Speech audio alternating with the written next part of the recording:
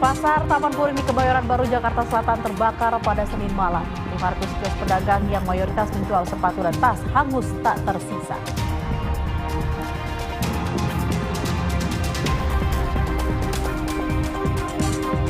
Kelangkaan BBM yang memicu antrean kendaraan membuat Bupati Jember, Jawa Timur, Muhammad Fawait, protes pihak Pertamina.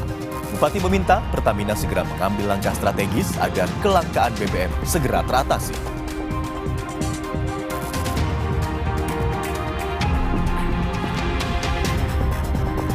Presiden Prabowo Subianto menerima kunjungan Perdana Menteri Malaysia Anwar Ibrahim di Istana Kepresidenan Jakarta Selasa pagi.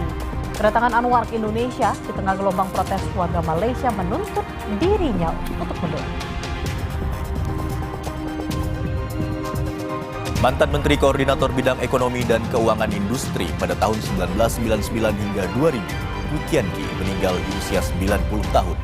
Kwik meninggal di Rumah Sakit Medistra, Jakarta Selatan pada Senin malam.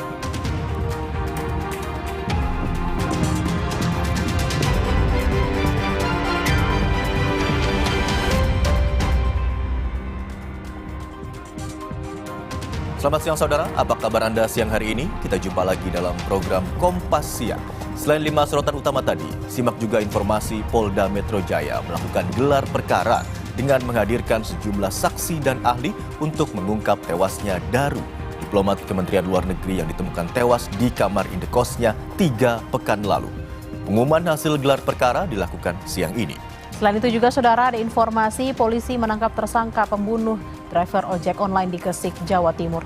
Tersangka mengaku sakit hati karena janji dijadikan pegawai negeri sipil namun tak ditepati. Bersama saya Tili Reabella dan saya Imron Fadilah. Inilah Kompas Siang selengkapnya di Kompas TV, independen, terpercaya.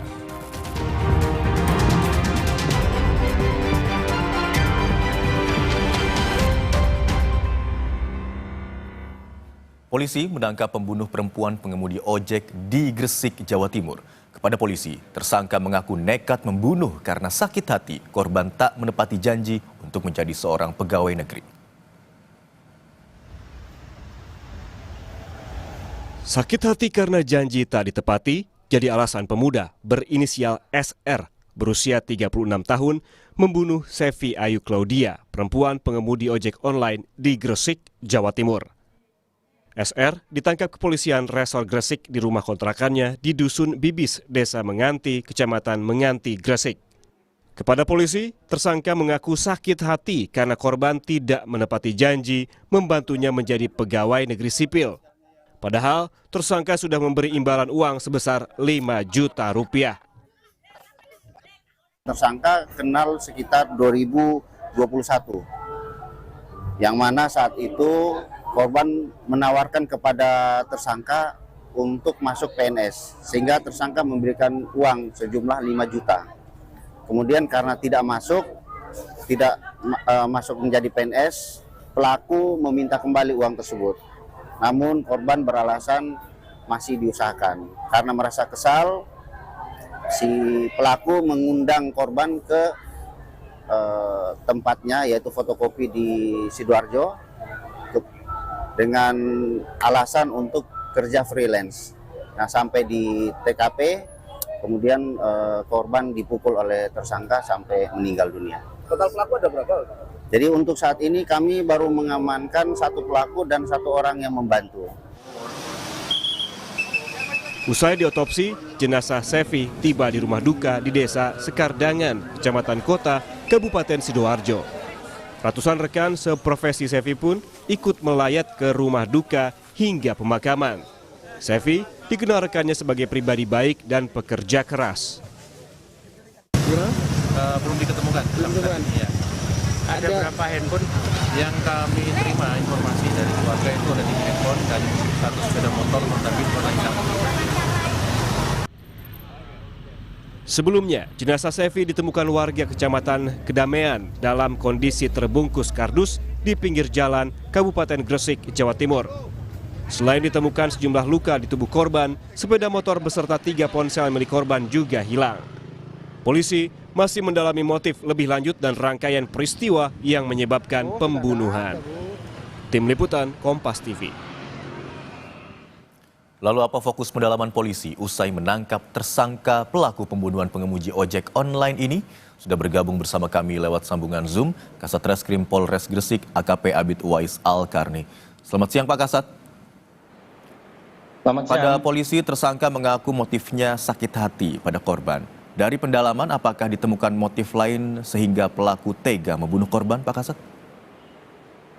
Siap, kami jelaskan terkait dengan serangkaian pemeriksaan yang kami lakukan mulai dari kemarin pada saat kita amankan pelaku. Untuk terkait motif sendiri, dari hasil pemeriksaan memang benar setelah kami lakukan pemeriksaan bahwasanya pelaku dendam terhadap korban karena di tahun 2023 pada saat korban menjanjikan pekerjaan terhadap pelaku lalu memberikan sejumlah uang sebesar 5 juta kepada korban. Lalu sampai dengan tahun 2025 pada saat pelaku juga kepepet karena membutuhkan uang sehingga menimbulkan keinginan ataupun inisiatif dari pelaku untuk menghubungi korban untuk bertemu. Jadi setelah bertemu untuk menagihkan utangnya, lalu dia memancing korban seolah-olah menawarkan pekerjaan kepada korban. Setelah bertemu di lokasi ataupun di TKP di mana pelaku membunuh korban, sempat menagihkan uang yang mana sempat diberikan kepada korban sebanyak 5 juta itu. Namun korban belum bisa memberikan sehingga dendam ataupun emosi dari pelaku sehingga menggunakan pemotong kertas memukul korban sebanyak 3 kali di awal, lalu mencoba menagihnya lagi, lalu kemudian 5 kali pukulan di bagian kepala sehingga korban mengalami pendarahan, dan terakhir mencekik korban menggunakan besi pemotong itu sehingga korban meninggal dunia. Baik Pak, berarti pelaku dan korban ini sudah lama kenal ya Pak ya? Hubungannya seperti apa Pak? Tetangga atau seperti apa? Kalau untuk hubungan dari korban dengan pelaku sendiri, awal kenal di tahun 2021, namun komunikasi intens itu di 2023. Jadi memang korban dengan pelaku ini kenal tapi tidak begitu akrab. Setelah di tahun 2025 karena memang istri dari pelaku juga ini hamil dan membutuhkan uang sehingga pelaku menagih uang yang pernah diberikan kepada korban sehingga timbullah inisiatif karena emosi sehingga membunuh korban dengan menggunakan pemotong besi tersebut.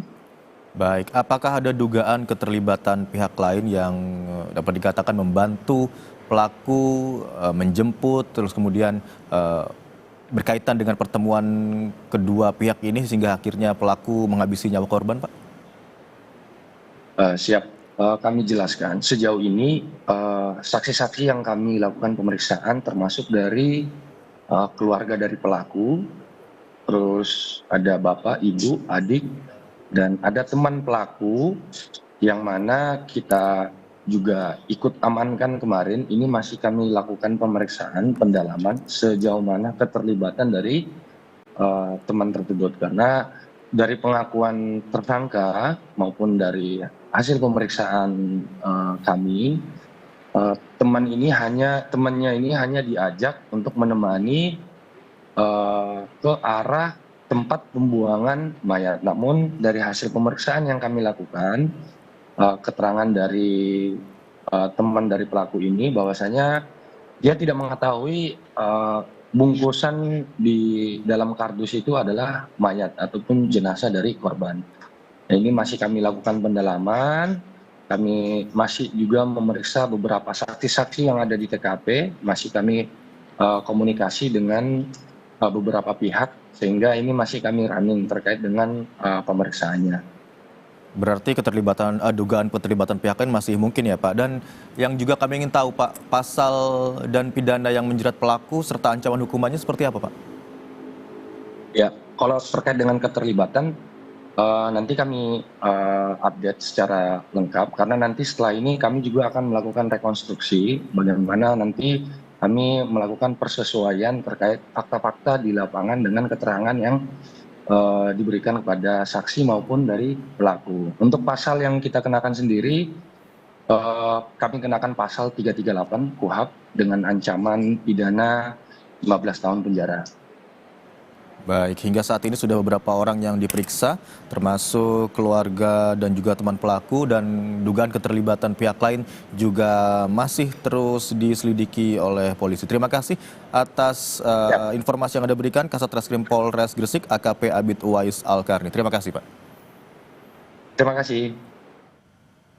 Kita ke sorotan lain, Saudara. Kelangkaan BBM yang memicu antrean kendaraan membuat Bupati Jember, Jawa Timur, Muhammad Fawaid, memprotes pihak Pertamina. Bupati meminta Pertamina segera mengambil langkah strategis agar kelangkaan BBM segera teratasi.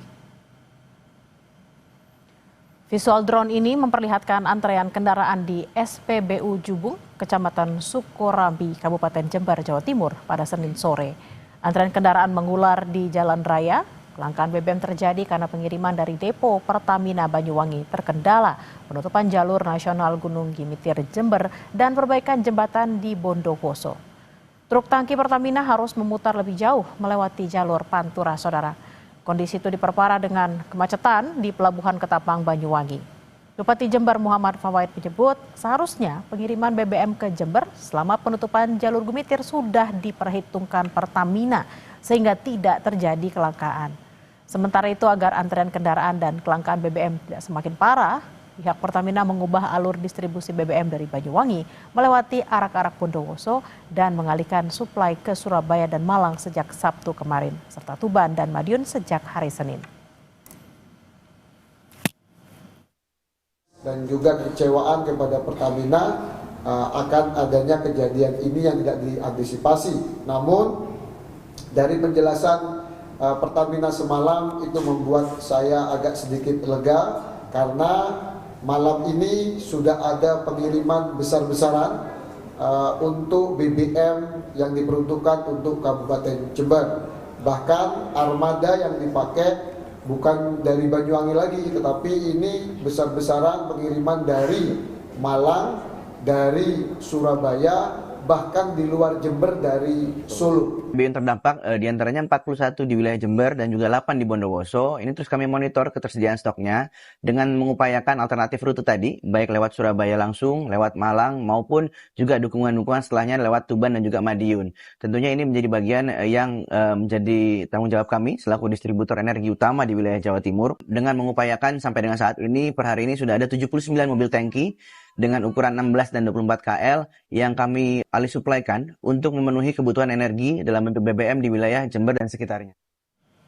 Tak hanya menimbulkan antrean panjang, kelangkaan BBM juga memicu keributan di SPBU. 2 pengemudi mobil terlibat cekcok. Salah satu pengemudi bahkan sempat menganiaya korban. Perkelahian antar 2 pengemudi mobil ini dipicu salah paham saat antre isi BBM, Saudara. Salah satu pengemudi tak terima ditegur agar segera maju saat antri mengisi BBM. Usai dilerai, keduanya kembali ke antrean dan mengisi BBM. Pengemudi mobil Avanza hitam ditegur oleh pengemudi dan putih, disuruh maju. Mungkin bahasanya kurang enak karena mungkin sama-sama lelah antri atau kecapean saat itu juga cuaca panas, emosi. Pengemudi mobil Avanza hitam memukul pengemudi mobil Grand Max pakai potongan besi kecil, namun tidak kena ditangkis. Nah, setelah pemukulan tersebut, mereka berdua saling berdamai, tidak mau melanjutkan masalah ini. Usai jeda, Kompas Siang akan kembali dengan informasi Polda Metro Jaya melakukan gelar perkara dengan menghadirkan sejumlah saksi dan ahli untuk mengungkap tewasnya Arya Daru, diplomat Kemlu yang ditemukan tewas di kamar indekosnya 3 pekan lalu. Pengumuman hasil gelar perkara akan dilakukan siang ini.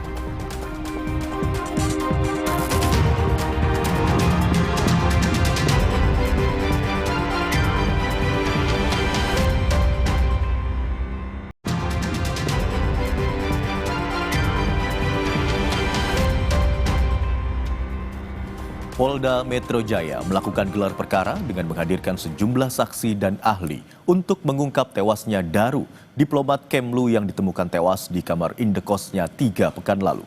Pengumuman hasil gelar perkara dilakukan siang ini.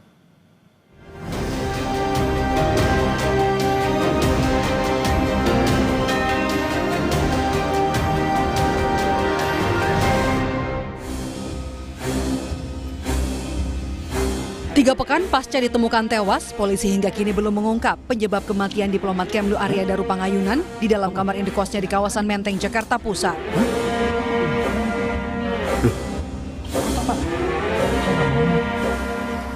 Senin, Polda Metro Jaya melakukan gelar perkara dengan menghadirkan sejumlah saksi dan ahli untuk mengungkap tewasnya Daru. Di antaranya adalah ahli psikologi forensik, ahli otopsi, ahli siber, dan ahli toksikologi. Selain itu, polisi juga mengundang pihak eksternal seperti Kompolnas, Komnas HAM, dan perwakilan dari Kementerian Luar Negeri. Gelar perkara dilaksanakan secara tertutup. Polisi rencananya akan mengumumkan hasil otopsi kematian diplomat Kemlu Arya Daru setelah melakukan gelar perkara. Sementara itu, Komisi Kepolisian Nasional atau Kompolnas yang ikut hadir dalam gelar perkara menyebut penyebab kematian Arya Daru semakin jelas usai adanya hasil otopsi.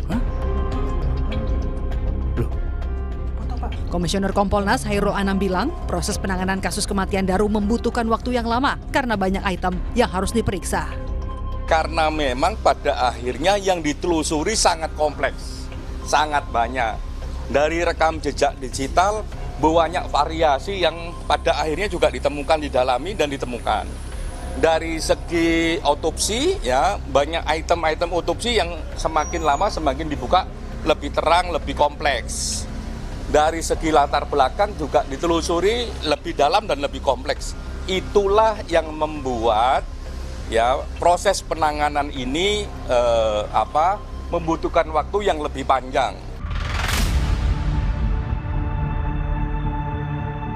Sementara itu, Kementerian Luar Negeri mengaku sudah memberikan seluruh informasi yang dibutuhkan penyidik dalam kasus kematian diplomat muda Arya Daru. Juru bicara Kementerian Luar Negeri, Roy Sumirat menegaskan, kasus kematian pegawainya kini diserahkan sepenuhnya kepada polisi.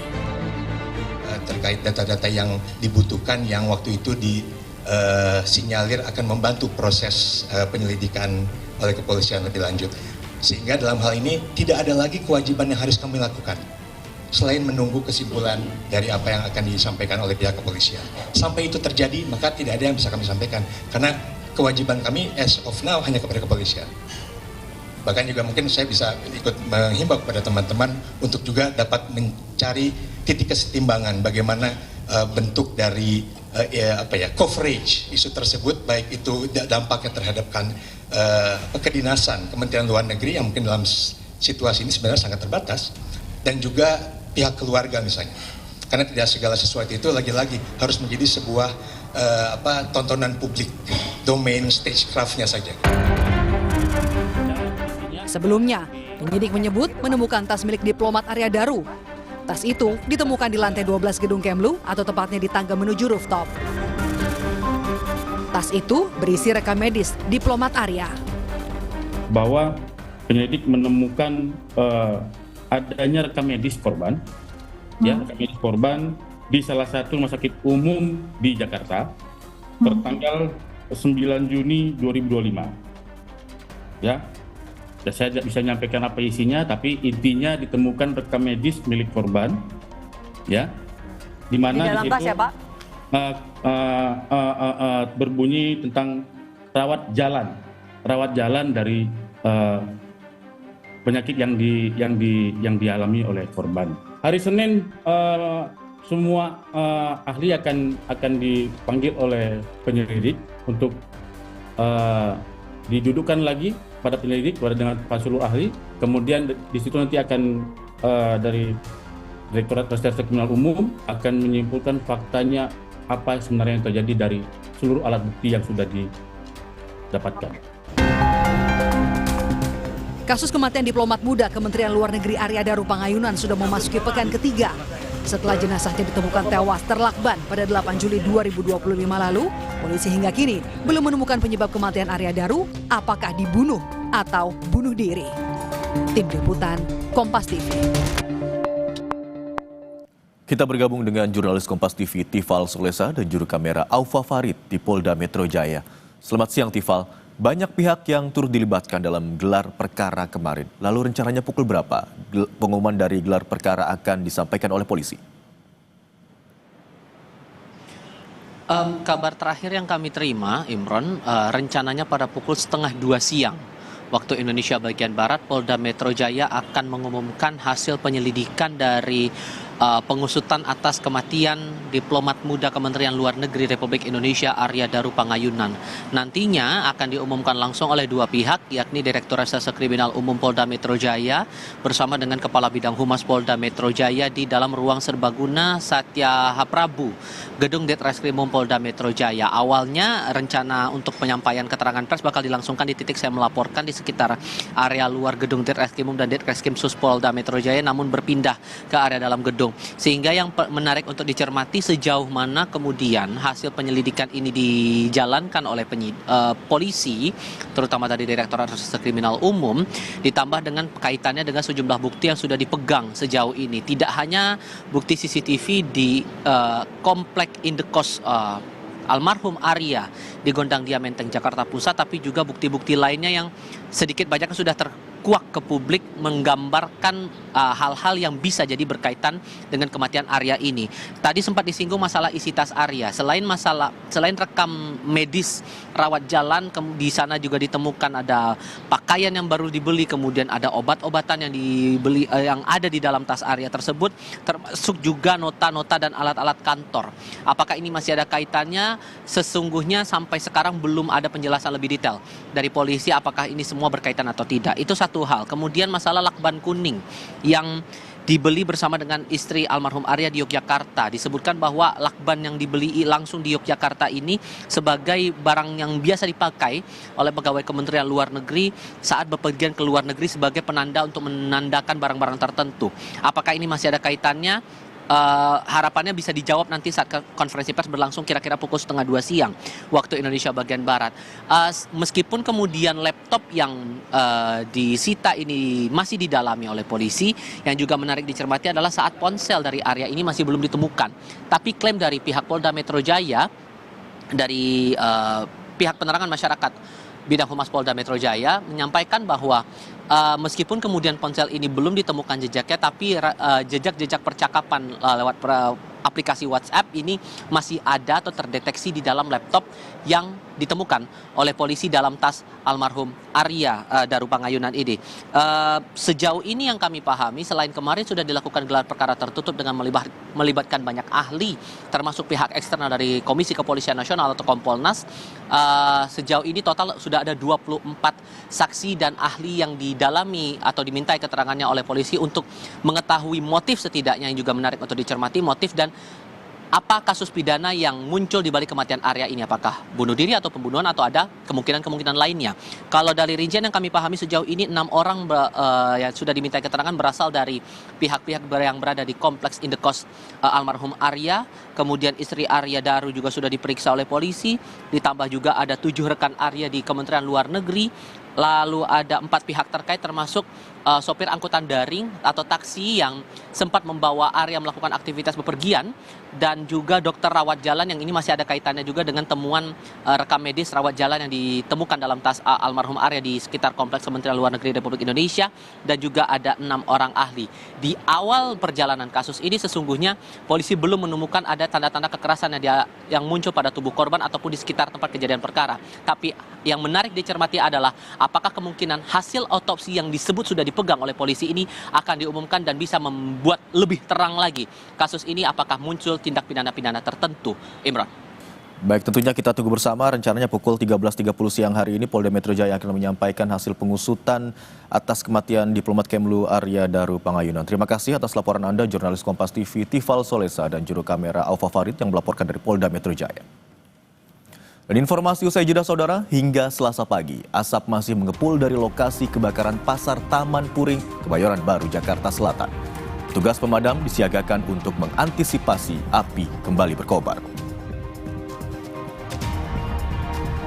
Akan ada juga informasi mantan Menteri Koordinator Bidang Ekonomi dan Keuangan Industri pada tahun 1999 hingga 2000, Kwi Kian Gi, meninggal di usia 90 tahun.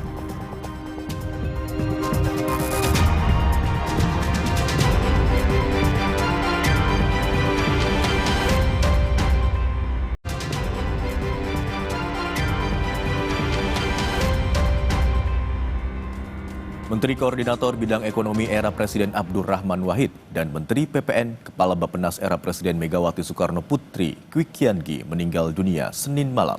Jenazah disemayamkan di rumah duka RSPAD Gatot Subroto, Jakarta. Kwi Kian Gi meninggal dunia di usia 90 tahun di Rumah Sakit Medistra Jakarta Selatan pada Senin 28 Juli 2025 pukul 10 malam.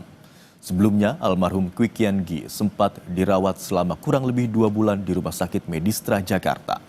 Pihak keluarga membawa jenazah Kwi Kian Gi ke ke Rumah Duka Sentosa Gatot Subroto, Jakarta Pusat untuk disemayamkan.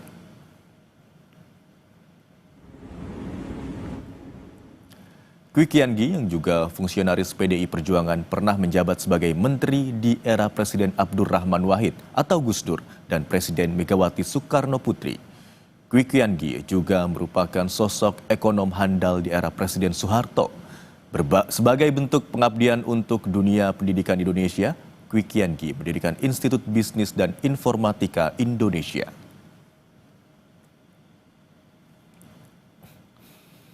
Kwi Kian Gi lahir di Juwana, Pati, Jawa Tengah pada 11 Januari 1935. Kwi Kian Gi adalah Menteri Bidang Ekonomi, Keuangan, dan Industri di tahun 1999 hingga tahun 2000. Ia juga pernah menjabat sebagai Menteri Perencanaan Pembangunan Nasional sekaligus Kepala Bappenas di tahun 2001 hingga 2004.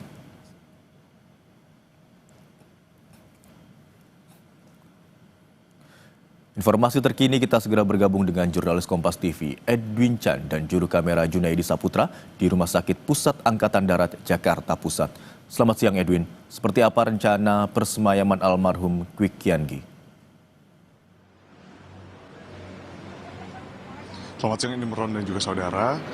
Kalau dari pantauan kami dan juga dari berdiskusi kami dengan salah satu keluarga, kerabat dan juga kerabat dari mendiang Kwi Kian Gi, untuk agenda persemayaman jenazah dari Kwi Kian Gi sendiri akan dilakukan pada kurang lebih pukul 2 siang. Dengan pertama-tama pada pukul 1 siang waktu Indonesia Barat hari ini, jenazah akan dipindahkan dari ruang jenazah yang ada di Rumah Duka Sentosa masuk ke dalam ruangan A dan B yang memang menjadi tempat ruang persemayaman Kwi Kian Gi. Lalu bergulir nantinya untuk agenda persemayaman dan juga kunjungan dari keluarga, kerabat, pun dari tamu-tamu lainnya yang ingin mengunjungi jenazah Kwi Kian Gi dibuka sampai besok, yakni Rabu malam. Dilanjutkan setelah itu yakni dengan agenda kremasi. Nantinya jenazah Kwi Kian Gi akan dikremasi di Rumah Duka Sentosa ini juga, memang karena terdapat fasilitas untuk krematorium pada hari Kamis di pukul 1 siang. Namun tertutup dan hanya diprioritaskan untuk keluarga saja yang mengikuti agenda untuk kremasi tersebut. Imron dan juga saudara, memang kalau dari informasi yang kami dapat dari sekretaris pribadi Kwi Kian Gi, di sini Pak Kwik, memang akrab disapa dengan Pak Kwik, telah meninggal sejak Senin 28 Juli 2025 di Rumah Sakit Medistra pada usia 90 tahun. Lahir pada 13 Januari 1935 dan akhirnya menutup usia di 28 Juli 2025. Memang Pak Kwik ini menjadi tokoh, sosok yang memang dikenang oleh keluarganya. Di sana Pak Kwik sendiri pernah menjadi Menteri Equin di Kabinet Gus Dur, yakni pada 1999 hingga 2001, dan Menteri Negara PPN sekaligus Kepala Bappenas dalam Kabinet Presiden Megawati Soekarno Putri 2001 sampai 2004. Imron dan juga saudara, dari pantauan kami sendiri di Rumah Duka Sentosa ini, tepatnya saya sedang berada di depan dari ruangan A dan B, memperlihatkan banyak sekali karangan bunga yang telah dikirimkan dari tokoh-tokoh politik Beberapa di antaranya adalah Megawati Soekarno Putri itu sendiri, selaku Ketua Umum PDI Perjuangan dan juga Presiden kelima Republik Indonesia. Lalu di sini juga dari Kementerian Perekonomian Republik Indonesia, serta dari menterinya sendiri, Menko Airlangga Hartarto juga mengirimkan. Pun ada beberapa nama-nama dari kader PDI Perjuangan yang juga mengirimkan karangan bunga. Jadi seperti yang kita ketahui bersama, ucapan duka, rasa duka yang dialami oleh Indonesia, kehilangan mantan menterinya dan juga tokoh ekonomi di Indonesia ini bukan hanya ada di media sosial tapi juga lewat karangan-karangan bunga yang ada.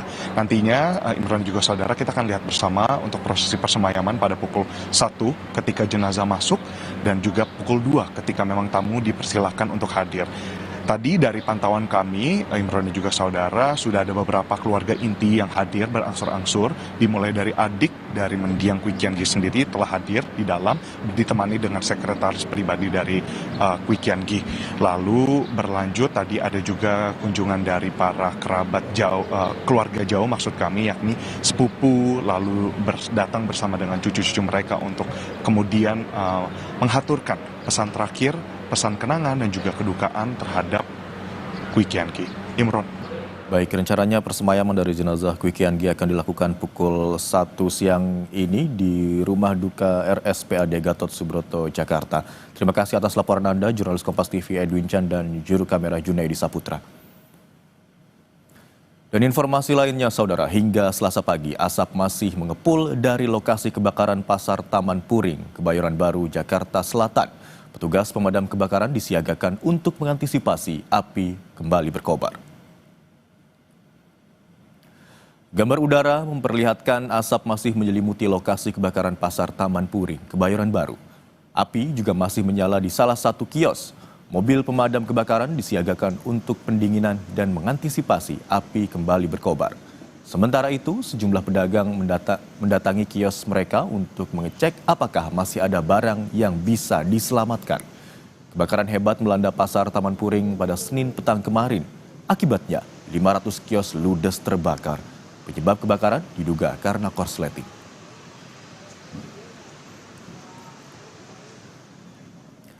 Gubernur Jakarta Pramono Anung berencana merevitalisasi Pasar Taman Puring, Kebayoran Baru, Jakarta Selatan pasca kebakaran hebat Senin petang kemarin.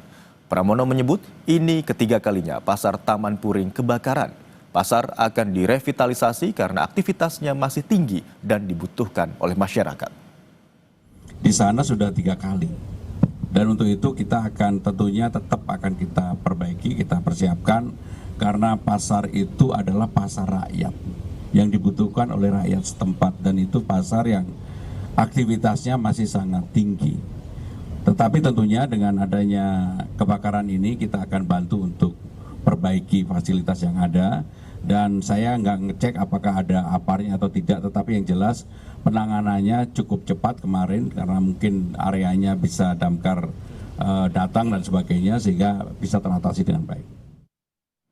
Kebakaran Pasar Taman Puring Senin kemarin menghanguskan 500 kios yang mayoritas menjual sepatu dan tas. Pedagang tak bisa berbuat banyak saat api melalap seluruh barang dagangan mereka. Dan berikut liputan jurnalis Kompas TV, Jona Hamunangan dan juru kamera Roy Ilman dari Pasar Taman Puring. Saudara, Pasar Taman Puring kembali terbakar, inilah kali ketiga. Terkait dengan kebakaran terjadi bertepatan dengan azan maghrib Jakarta atau kurang lebih sekitar pukul 17.57 WIB. Sampai saat ini belum diketahui secara resmi apa yang menjadi penyebab awal kebakaran, apakah ada korsleting ataupun penyebab lain. Seperti inilah situasinya sekarang, jadi masih ada asap dan dari pihak petugas pun sesekali melakukan pemadaman dengan melakukan penyemprotan. Saya tidak sendiri saudara, saat ini saya juga sudah bersama dengan salah satu pemilik kios yang kiosnya sempat terbakar, yaitu dengan Pak Masikur. Pak Masikur, selamat pagi, apa kabar? Alhamdulillah, sehat, baik. Iya. Pak Masikur, ketika kejadian Bapak sedang apa atau di mana? Saya ketika itu hendak sholat 7 menit sebelum maghrib. Saya sudah duduk di musola. Terus setelah itu azan dikumandangkan, Allahu Akbar, Allahu Akbar. Ada teriakan dari teman-teman. Dia bilang, ada kebakaran, air. Ya udah, teman-teman semua menuju ke sana. Setelah asyhadu an la ilaha illallah, listrik mati dan mic pun mati, saya keluar. Saya ngelihat di situ kebakaran. Terus langsung saya menuju kios. Inilah kios saya ini yang di blok blok I nomor 10. Terus saya sempat berusaha karena yang kebakaran di pojok sana. Saya berusaha untuk ambil air, satu gayung saya lempar biar di sini nggak kena saya perasaan saya. Terus mau ngambil air yang kedua, itu apinya sudah ada di atas kios saya. Saya bilang, wah ini nggak bisa karena saya panas, panas. Ya udah dah, usaha saya cukup sekian aja. Saya di sini udah udah cukup lama saya jualan di sini di pasar wisata Taman Puring itu. Jualan apa saja, Pak? Jualannya saya khusus futsal, sepatu bola, mini soccer, khusus alat olahraga gitu khususnya. Total kerugian, Pak, kira-kira berapa yang udah ditaksir, Pak? Saya cukup lumayan banyak sih. Ya kurang lebih sekitar 400 kurang lebih gitu. Iya, itu saya. Dan harapan saya juga saya sekarang kan sudah tidak punya tempat usaha lagi. Harapan saya kepada pemerintah itu agar supaya ini kios cepat dibangun kembali. Karena ini satu-satunya tempat saya untuk berusaha untuk menafkahi keluarga, anak dan istri gitu. Ya, kami turut berduka Pak atas kejadian ini, Pak Masikur. Semoga dari Pemprov DKI ada solusi atau mungkin ada upaya relokasi, Pak ya, supaya mungkin para penjual ini bisa menemukan tempat baru. Ya, kami turut berduka, Pak. Ya. Demikian bicara saya dengan Pak Masikur sebagai salah satu pemilik kios. Jadi kalau kita lihat memang terbakar habis ya. Ini luar biasa. Apalagi kalau kita lihat mayoritas dari penjual di Taman Pasar Puring ini banyak berjual seperti sepatu, seperti tas, dan inilah barang-barang yang mudah terbakar seperti karet ataupun seperti kardus. Diharapkan pemerintah bisa memberikan solusi, apakah mungkin relokasi ataupun hal lain, agar para penjual ini bisa berjual kembali seperti biasa. Jona Munangan, Ian Faris, Kompas TV, Jakarta. Informasi usai jeda, saudara, warga Palestina di Gaza mulai mendapat bantuan pangan melalui udara. Selengkapnya usai jeda.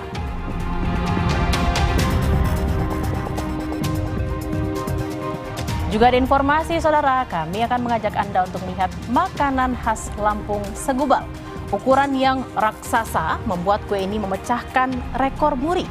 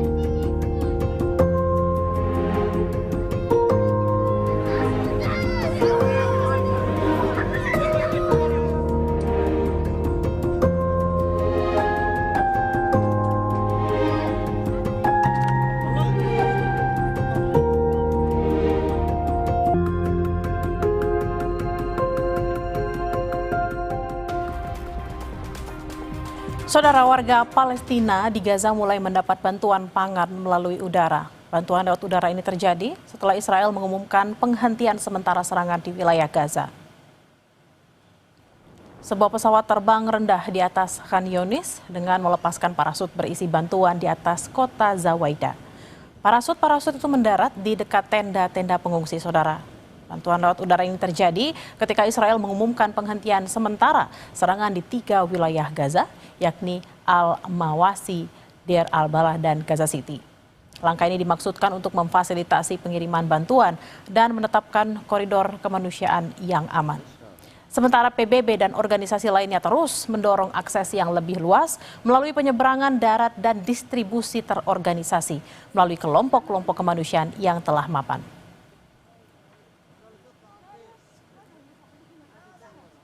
Saudara, bentrokan pecah antara polisi anti huru-hara dan demonstran di Pulau Rhodes, Yunani pada hari Senin kemarin. Unjuk rasa terjadi ketika kapal pesiar Israel berlabuh di Pulau Rhodes. Demonstran mengibarkan bendera Palestina dan menyerukan diakhirinya perang di Gaza. Mereka menggelar aksi dengan meneriakan kebebasan untuk Palestina di dekat pelabuhan. Melihat kejadian itu, polisi berusaha memukul mundur demonstran hingga terjadi bentrokan. Aktivis anti perang telah menyerukan demonstrasi di pulau itu selama pemberhentian terjadwal kapal pesiar Israel Crown Iris yang dilaporkan membawa lebih dari 600 wisatawan.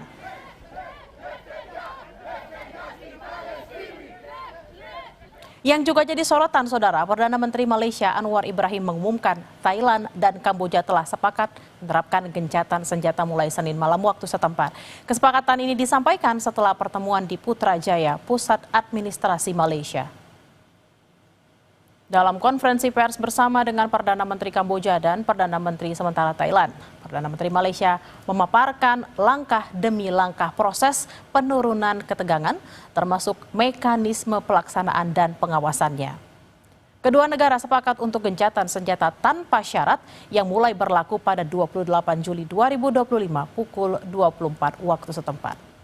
Langkah ini disebut sebagai awal penting untuk mengembalikan keamanan dan kedamaian.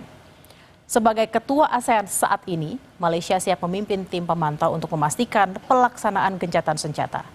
Kedua pihak juga bersepakat untuk melanjutkan komunikasi langsung antara Perdana Menteri, Menteri Luar Negeri, dan Menteri Pertahanan masing-masing negara.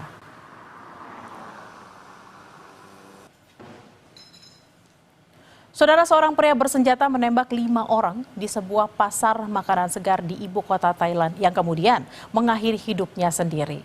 Kelima orang yang ditembak pelaku tewas. Korban termasuk petugas keamanan di pasar Ortorkor di distrik Chatuchak, Bangkok. Polisi sedang menyelidiki detail tentang tersangka, termasuk motivasinya menembaki orang di pasar yang populer di kalangan wisatawan Thailand dan mancanegara. Polisi mengumpulkan bukti-bukti termasuk rekaman CCTV.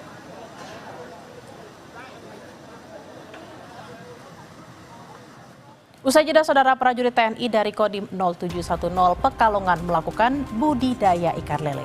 Selain untuk masyarakat, ikan lele juga disumbangkan ke dapur makan bergizi gratis.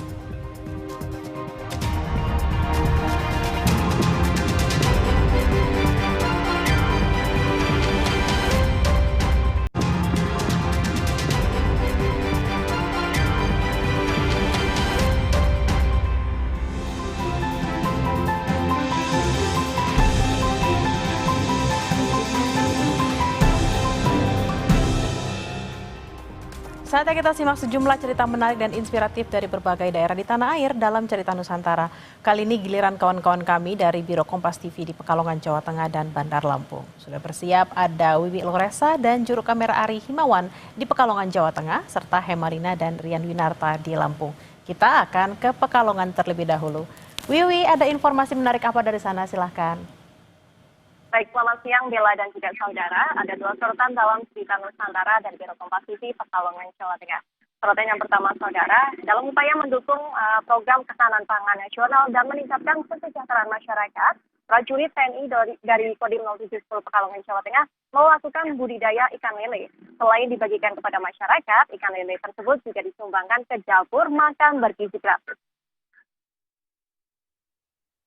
Setelah menebar benih selama 3 bulan, anggota TNI dari Koramil Wonobringgo, Pekalongan memanen hasil budidaya ikan lele.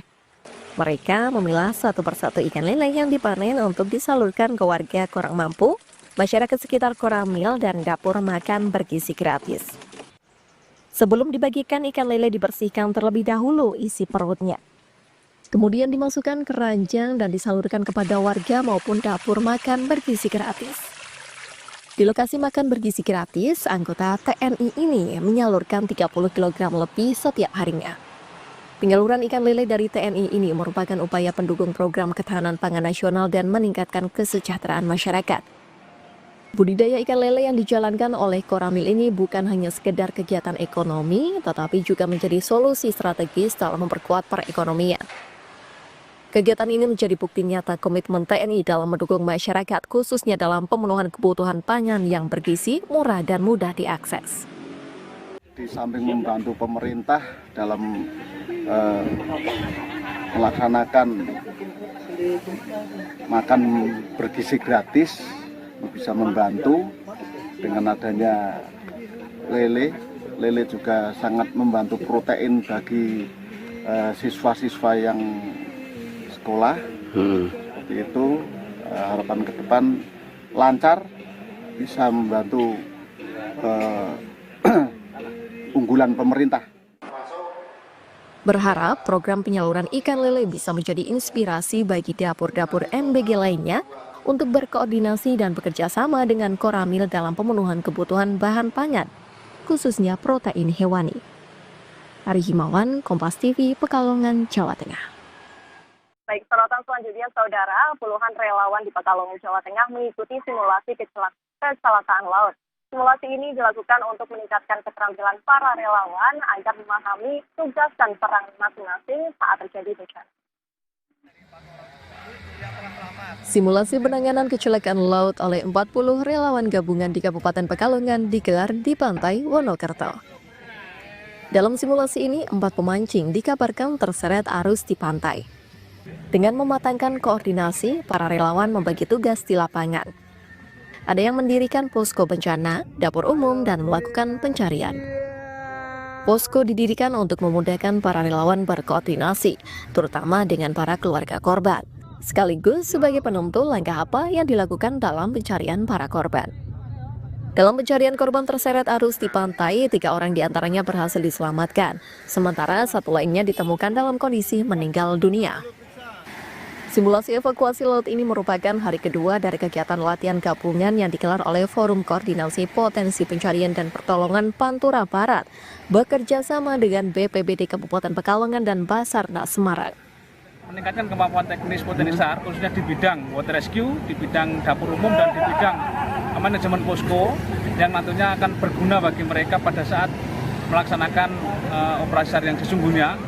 Juga sebagai fungsi menjalin sinergi dan silaturahmi di antara potensi SAR yang ada di wilayah Kabupaten Pekalongan, sehingga nantinya pada saat pelaksanaan operasi SAR itu sudah bisa bersinergi bareng, sudah paham tugasnya masing-masing. Berharap dengan simulasi ini bisa meningkatkan kapasitas teknis potensi SAR dalam penanganan kecelakaan di perairan, serta memperkuat sinergi antar instansi dalam menghadapi situasi darurat. Ari Himawan, Kompas TV, Pekalongan, Jawa Tengah. Baik, demikian tadi 2 sorotan dalam cerita Nusantara dari Biro Kompas TV Pekalongan, Jawa Tengah. Kembali ke studio Bella. Baik, dari Pekalongan kita bergeser ke Lampung. Sudah ada Hemalina di sana. Silakan dengan informasi Anda. Selamat siang, Bella dan juga saudara. Terdapat 2 informasi dalam cerita Nusantara kali ini dari Lampung. Informasi yang pertama, pemerintah Kota Bandar Lampung meraih dan mencatatkan segubal yang merupakan makanan khas Lampung di Museum Rekor Dunia Indonesia atau MURI. Segubal makanan berbahan dasar beras ketan dan santan dengan rasa gurih manis ini dibuat dengan ukuran panjang 25 meter dan diameter 25 cm. Dari hasil kolaborasi pemerintah kota, pegiat UMKM, hingga tokoh masyarakat.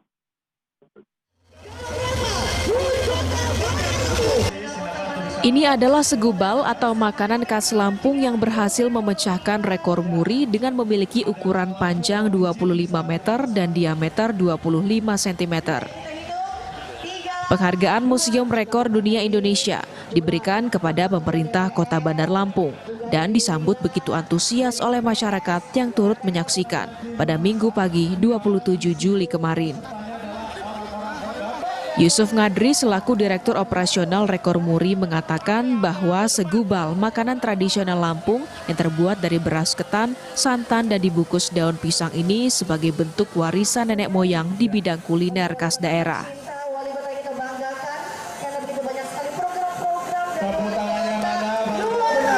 Dicatatkan atas rekor pajangan rangkaian segubal terbesar.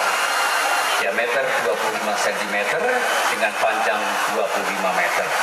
Dipersembahkan kepada yang kita hormati dan kita banggakan bersama pemerintah Kota Bandar Lampung. Segubal yang memiliki cita rasa gurih, manis dengan tekstur kenyal ini biasa dinikmati dengan sambal, rendang, serundeng, dan sayur pedas lainnya. Serta sering disajikan ketika hari-hari besar, seperti bulan Ramadan, Lebaran, hingga acara adat Lampung. Wali Kota Eva Duyana mengungkapkan rasa syukurnya setelah segubal ukuran raksasa dari hasil kolaborasi antara pemerintah kota, pegiat UMKM, dan seluruh lapisan masyarakat ini berhasil meraih rekor muri. Panjang segubal mencapai 25 meter ini merujuk pada tahun 2025, yang sekaligus sebagai rangkaian kegiatan dalam hari ulang tahun Kota Bandar Lampung ke-343 tahun.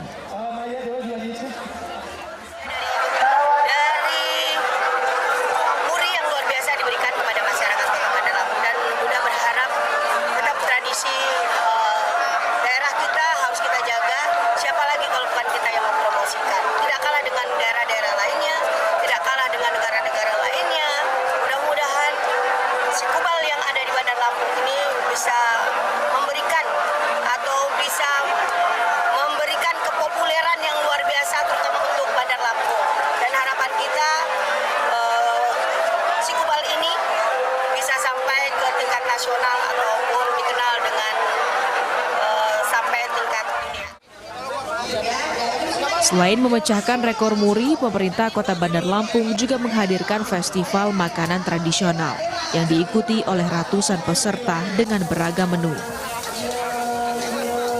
Roma Afria Idam, Kompas TV, Lampung. Ya, kita beralih ke informasi lainnya. Bella dan juga saudara, di tengah suasana asri, tepatnya di Lamban Sabah, terdapat kebun melon dengan kualitas yang tak kalah dari hasil pertanian lainnya. Tak hanya bisa makan di tempat, kawasan ini juga jadi destinasi wisata edukasi bagi pengunjung yang datang, karena bisa memetik buah melon langsung dari pohonnya. Suasana sejuk dan asri di kawasan Lamban Sabah Lampung kini menjadi salah satu destinasi wisata alternatif. Sebab di lokasi ini terdapat kebun melon yang menjadi daya tarik tersendiri bagi masyarakat. Di lokasi ini selain menikmati suasana perkebunan, pengunjung juga bisa memetik melon yang sudah matang langsung dari batangnya. Dengan sistem tanam terbuka dan teknik ramah lingkungan, kebun ini menjadi ruang edukasi bagi masyarakat tentang budidaya buah melon yang bernilai tinggi. Yuda selaku ahli melon Lamban Sabah menyebut butuh waktu hingga 90 hari sejak penanaman untuk siap panen. Dan setidaknya ada 2 jenis melon yang dibudidayakan, yakni Intanon dan Fujisawa. Itu berapa lama? Dia dari semai. Proses pemilihan bibit, kita beli benihnya, benih impor. Terus setelah itu kita semai umur seminggu, baru pindah tanam. Dari semai umur seminggu, setelah seminggu itu pindah tanam. Dan setelah pindah tanam itu ke fase panen itu kurang lebih di 70 hari. Dibukanya wisata petik melon di Lamban Sabah yang telah panen ketiga ini mendapat respon positif masyarakat Lampung yang ramai datang di sore hari khususnya di waktu akhir pekan. Pengunjung yang datang ternyata tak hanya dari kota Bandar Lampung, melainkan dari luar daerah bersama teman dan keluarganya. Nah, ini bawahnya sangat, duduk dulu. Ya, view-nya bagus ya, habis makan kok terus pengen metik sekalian, kebetulan bawa cucu-cucu ini memperkenalkan ya berkebun seperti inilah. Tahu dari TikTok, pertama kali kayak rekomendasi kafe, terus ada yang di sini kayaknya view-nya bagus gitu, terus makanannya ratingnya juga bagus, jadi kayak nyoba aja. Sama teman-teman rame-rame gitu dari Tanjung Karang, demen karena lihat kebun gitu kan, jadi memang kita hobi gitu ngeliat-liat kebun gitu, jadi pengen datang petik sendiri dari Instagram. Memang datang sini khusus mau cari melon. Wisata petik melon ini tak hanya memberikan pengalaman baru bagi pengunjung, namun juga menjadi sarana edukasi tentang pertanian yang menyenangkan. Jika ingin membawa pulang hasil petikan melon dari Lamban Sabah ini, Anda hanya perlu membayar Rp35.000 per kilogramnya. Bagaimana? Tertarik untuk memetik melon di sini? Hemalina, Sony Lumban Gaul, Kompas TV, Lampung. Demikian 2 informasi dalam segmen Cerita Nusantara kali ini dari Lampung. Kembali ke Anda Bella di Studio Jakarta. Baik, terima kasih atas laporan Anda, jurnalis Kompas TV Hemalina dan Rian Winarta dari Lampung. Sebelumnya ada Wiwi Loresa dan Ari Himawan dari Pekalongan, Jawa Tengah. Selamat bertugas kembali rekan-rekan.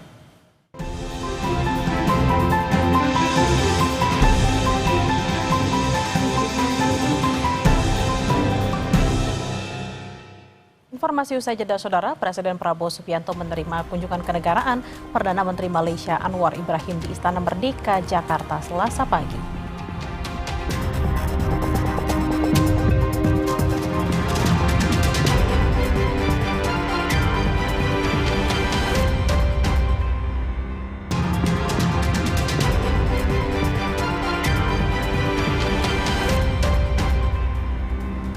Saudara, Presiden Prabowo Subianto menerima kunjungan kenegaraan Perdana Menteri Malaysia Anwar Ibrahim di Istana Merdeka, Jakarta, Selasa pagi.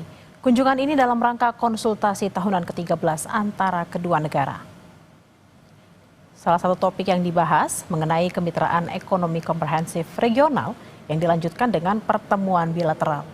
Situasi terkini antara Kamboja dan Thailand pun kemungkinan akan dibicarakan. Memimpin ASEAN, Bapak berhasil mediasi, berhasil mencapai kesejahteraan dalam konflik antara Thailand sama Kamboja. Ini suatu patut kita syukuri. Terima kasih. Kami siap membantu. Dimanapun, bagaimanapun kami siap. Datuk Seri Anwar Ibrahim sebagai tidak hanya Perdana Menteri Malaysia, tapi sebagai Ketua ASEAN saat ini. Terima kasih, ini suatu breakthrough, terobosan yang sangat penting. Kita ingin ASEAN selalu menyelesaikan konflik dengan damai, dengan konsultasi, musyawarah, negosiasi. Masalah-masalah bilateral kita ingin juga teruskan hal-hal yang sudah baik, yang masih kita selesaikan. Saya kira kita akan selesaikan dengan baik masalah perbatasan. Gubernur Jawa Barat Deddy Mulyadi mengaku hingga kini belum ada pemanggilan polisi kepada dirinya terkait pemeriksaan kasus pesta pernikahan anaknya yang menyebabkan 3 orang meninggal dunia. Deddy Mulyadi menekankan siap jika harus dipanggil untuk memberikan keterangan, Saudara.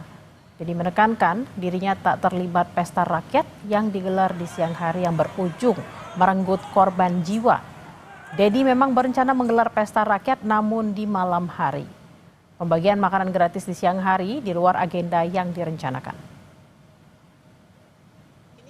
Tidak ada terhadap diri saya, walaupun saya sudah menyampaikan kesediaan untuk memberikan penjelasan. Karena kan dari sisi aspek tata kelola pelaksanaan kegiatannya, kegiatan yang direncanakan dihadiri oleh saya, kemudian kegiatan yang disiapkan makanan oleh tim saya itu malam hari Jumat jam 7, tanggal 18 Juli 2025.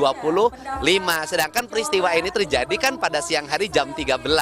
Artinya itu memang di luar perencanaan kegiatan yang saya buat. Saudara, pesta rakyat acara pernikahan anak Gubernur Jawa Barat Deddy Mulyadi berujung maut. Berikut penelusuran jurnalis Kompas TV Dipo Nurbahagia. Hajatan pesta berujung nestapa. Niat hati ingin membahagiakan warga, pesta rakyat dalam pernikahan anak Gubernur Jawa Barat dengan Wakil Bupati Garut justru berujung maut. 3 orang tewas usai berdesak-desakan hanya demi mendapatkan seporsi makanan. Lalu benarkah insiden ini terjadi hanya karena faktor kecelakaan atau justru ada unsur kelalaian di dalamnya? Inilah episode ke-35 Dipo Investigasi. Saya Dipo Nurbahagia. Saya akan menelusuri dan mencari bukti secara langsung dari Kabupaten Garut, Provinsi Jawa Barat.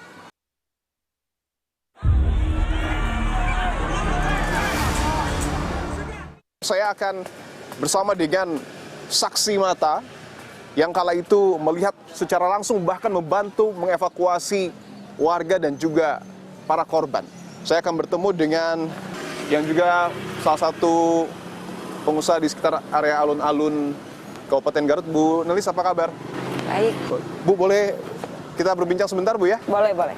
Saat itu mungkin bisa digambarkan sedikit, Bu. Memang banyak sekali warga Banyak sekali, banyak, beribu bahkan. Tapi untuk lokasinya di pintu yang ini atau yang satu lagi? Di yang satu lagi. Kita boleh ke sana, Bu? Boleh. Boleh, siap.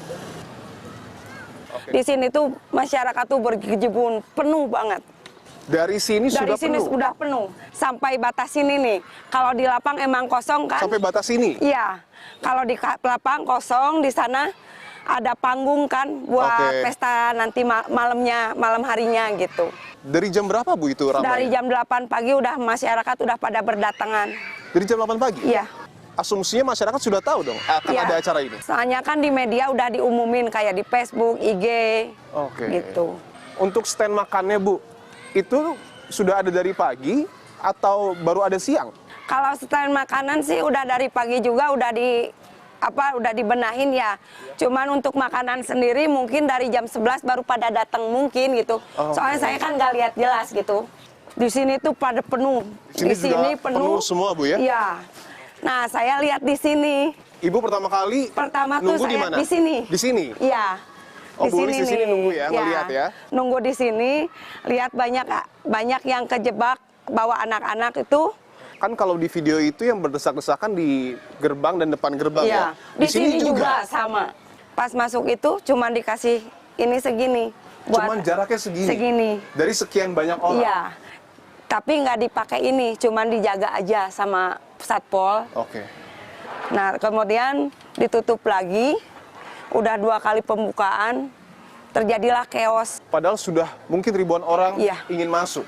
Ya mungkin kalau dari awal dibuka, mungkin nggak bakalan terlalu berdesakan kayak gitu ya. Bocah berusia 8 tahun yang tewas dalam acara pesta rakyat hajatan pernikahan dari anak Gubernur Jawa Barat dengan wakil Bupati Garut. Apa yang sesungguhnya terjadi saat itu, saudara? Saya akan tanyakan langsung. Untuk menanyakan apa yang sebenarnya terjadi pada saat hari H. Jadi saya makan jualan, lihat anak nggak ada. Biasanya kan main sebelah. Ada yang banyak yang pingsan gitu, jadi ini takut mainnya ke sana, dicari-cari sebelumnya nggak ada. Kan biasa mah main di taman di sebelah saya, nggak jauh-jauh, nggak tahu bakalan ke sana. Kalau tahu mah udah. Tapi Fania biasanya memang ikut ibu jualan di alun-alun. Biasanya jualan main di sini, saya jualan ikut di sini, duduk main HP, main atau di sini. Yang nggak jauh-jauh gitu. Sempat bilang mungkin Pak Bu, mungkin Fania bilang pengen ambil makanan?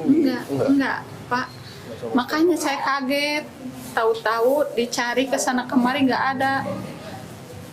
Ada yang nelpon ini kena anak pingsan ada di ambulan katanya. Iya. Makan gratis tercipta. Saya pun entah dari mulut siapa. Saya posisi setelah Jumatan buka YouTube. Lalu ada thumbnail untuk judul makan gratis. Itu sih yang sedang saya dalami. Alih-alih saling menyalahkan, Ketua Aliansi Masyarakat Garut mengingatkan agar tragedi ini jadi pelajaran bersama. Masyarakat, termasuk panitia dan penyelenggara, jangan terlalu jauh menafsirkan, saling menyalahkan dan menyudutkan. Menurut saya ini adalah sangat sederhana. Faktor kelalaian itu misalnya karena tidak terbaca berapa yang mau datang. Ke depan, pembelajaran penting bagi siapapun, termasuk keluarga saya sendiri, kalau buat acara itu harus segera diperhitungkan berbagai kemungkinan yang akan terjadi. Termasuk juga penyiapan pengamanan yang cukup. Dan saya selalu menghimbau tidak boleh membuat kegiatan dalam ruang sempit, kemudian orangnya terlalu banyak. Saudara, saya sudah bersama dengan pakar hukum pidana Universitas Padjadjaran dengan Bu Nela Sumika Putri. Bu Nela, terima kasih untuk waktunya, Bu. Sama Mas. Bu, saya ingin langsung ke pokok persoalan, Bu. Ketika ada 3 warga yang meninggal dunia dalam suatu pesta rakyat pernikahan anak Gubernur Jawa Barat, apakah ini dapat dikatakan memenuhi unsur pidana di dalamnya? Dapat diduga. Dapat diduga. Karena ada orang yang mati di sana, maka bisa saja apa yang menyebabkan kematian tersebut. Begitu. Oke, pasal apa yang memungkinkan untuk disangkakan? Mungkin yang paling dekat pasal 359 KUHP ya, kelalaian yang menyebabkan matinya orang. Informasi usai jeda, saudara. Seorang perempuan di Jambi diduga jadi korban kekerasan seorang pria. Kasus ini terungkap usai korban minta tolong melalui siaran langsung media sosial.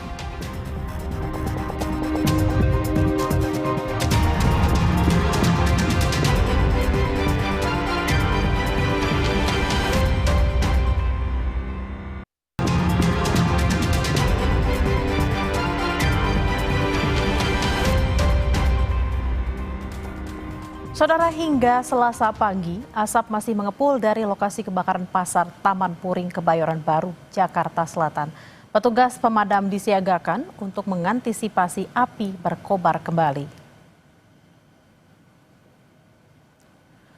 Gambar udara memperlihatkan asap masih menyelimuti lokasi kebakaran pasar Taman Puring, Kebayoran Baru.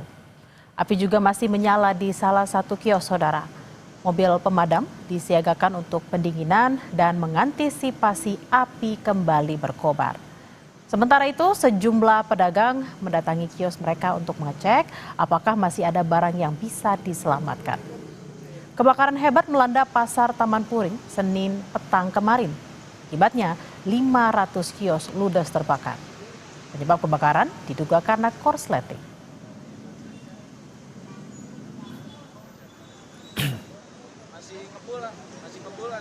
Sementara itu, saudara, Gubernur Jakarta Pramono Anung berencana merevitalisasi pasar Taman Puring, Kebayoran Baru, Jakarta Selatan pasca kebakaran hebat Senin petang kemarin.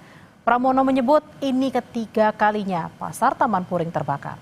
Pasar akan direvitalisasi karena aktivitasnya masih tinggi dan dibutuhkan masyarakat. Di sana sudah 3 kali.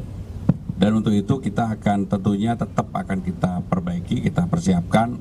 Karena pasar itu adalah pasar rakyat yang dibutuhkan oleh rakyat setempat, dan itu pasar yang aktivitasnya masih sangat tinggi. Tetapi tentunya dengan adanya kebakaran ini kita akan bantu untuk perbaiki fasilitas yang ada, dan saya nggak ngecek apakah ada aparnya atau tidak, tetapi yang jelas penanganannya cukup cepat kemarin karena mungkin areanya bisa damkar datang dan sebagainya sehingga bisa teratasi dengan baik. Yang juga jadi sorotan, saudara, seorang perempuan di Jambi diduga jadi korban kekerasan seorang pria. Kasus ini terungkap usai korban minta tolong melalui siaran langsung media sosial. Inilah rekaman siaran langsung di media sosial yang memperlihatkan seorang wanita mengalami kekerasan oleh pria yang diduga adalah pasangannya. Nah, jangan ini rekam layar. Dalam kondisi ketakutan, korban minta tolong kepada netizen dengan memberi alamat tempat tinggalnya. Setelah laporan diterima dan video viral beredar, polisi menciduk pria berinisial NK itu di kediamannya. Diduga pelaku menganiaya korban yang minta dibelikan susu untuk anaknya. Tapi pria itu malah melayangkan bogem mentah berulang kali. Kedua pasangan ini mereka tinggal bersama. Kemudian dari hubungan mereka ini adalah anak. Nah, si perempuan menuntut si laki-laki untuk memberikan uang susu kepada anak, namun laki-laki tidak bisa memberikan. Kemudian perempuan tersebut melarang pasangannya untuk meninggalkan rumah. Kemudian terjadilah percekcokan sehingga menyebabkan terjadinya penganiayaan. Korban mengalami sejumlah luka di bagian wajah dan badan. Saat ini, polisi masih mendalami pemeriksaan terhadap pelaku di Polsek Kota Baru, Jambi. Ratna Sari, Kompas TV, Jambi. Informasi lainnya, saudara, jenazah seorang pria ditemukan warga di bawah jembatan di Kabupaten Sukabumi, Jawa Barat. Jenazah diduga korban kecelakaan 2 pekan sebelumnya. Jenazah pertama kali ditemukan oleh seorang pemulung yang mencium bau tak sedap ketika berjalan di jembatan Jalan Raya Sukabumi, Bogor. Temuannya ini pun langsung dilaporkan ke polisi. Tim gabungan sempat kesulitan saat proses evakuasi karena jalan yang sempit dan terjal menuju lokasi. Setelah dievakuasi, jenazah langsung dibawa ke RSUD Sekarongi, Cibadak untuk proses otopsi. Dari kartu identitas yang ditemukan, diketahui jenazah bernama Agis Gistandi, warga Bojong Kokosan, Kecamatan Parung Kuda. Dari keterangan keluarga, saudara, almarhum sebelumnya hilang selama 2 pekan setelah mengalami kecelakaan lalu lintas bersama temannya. Menurut informasi yang barusan berkembang, ada katanya beberapa minggu yang lalu ada kecelakaan di daerah sini, dan kecelakaannya itu ada salah satu yang tidak ditemukan dan kemungkinan besar, tetapi itu masih dalam tahap penyelidikan ya. Tapi barusan ada dari pihak keluarga ataupun teman yang. Sorotan lainnya, saudara, polisi ungkap hasil otopsi jenazah perempuan dalam tong di Sungai Cisadane, Cikokol, Kota Tangerang, Banten. Terungkap korban mengalami kekerasan hingga mengalami patah tulang. Diduga korban sudah tewas sejak 3 hingga 4 hari sebelum ditemukan. Polisi menyampaikan ciri-ciri fisik korban, yakni terdapat tai lalat di bibir dan memakai kawat gigi. Untuk penyelidikan lebih lanjut, polisi sedang mencocokkan ciri-ciri fisik dan penyesuaian DNA korban dengan pihak keluarga yang merasa kehilangan kerabatnya. Amin adalah seorang perempuan. Usia sekitar 25 sampai 30 tahun. Kalau luka-luka ada tanda kekerasan, ya. Tanda kekerasan itu hampir seluruh tubuh, ya. Hampir seluruh tubuh, baik itu patah tulang maupun kekerasan pada tubuh korban. Sebelumnya pada Minggu siang, jenazah perempuan dalam tong biru membuat geger usai ditemukan warga di aliran Kali Cisadane, Cikokol, Kota Tangerang. Saat proses evakuasi, polisi mesti menyobek tong agar bisa mengeluarkan jenazah dari dalam tong.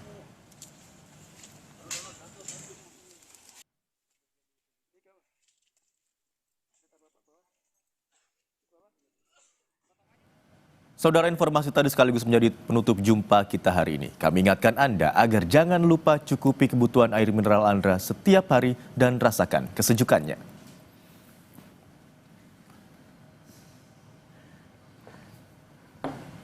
Kompas yang kami akhiri, saudara. Saya Tili Rea Bella. Dan saya Imron Fadilah mengucapkan terima kasih. Sampai jumpa.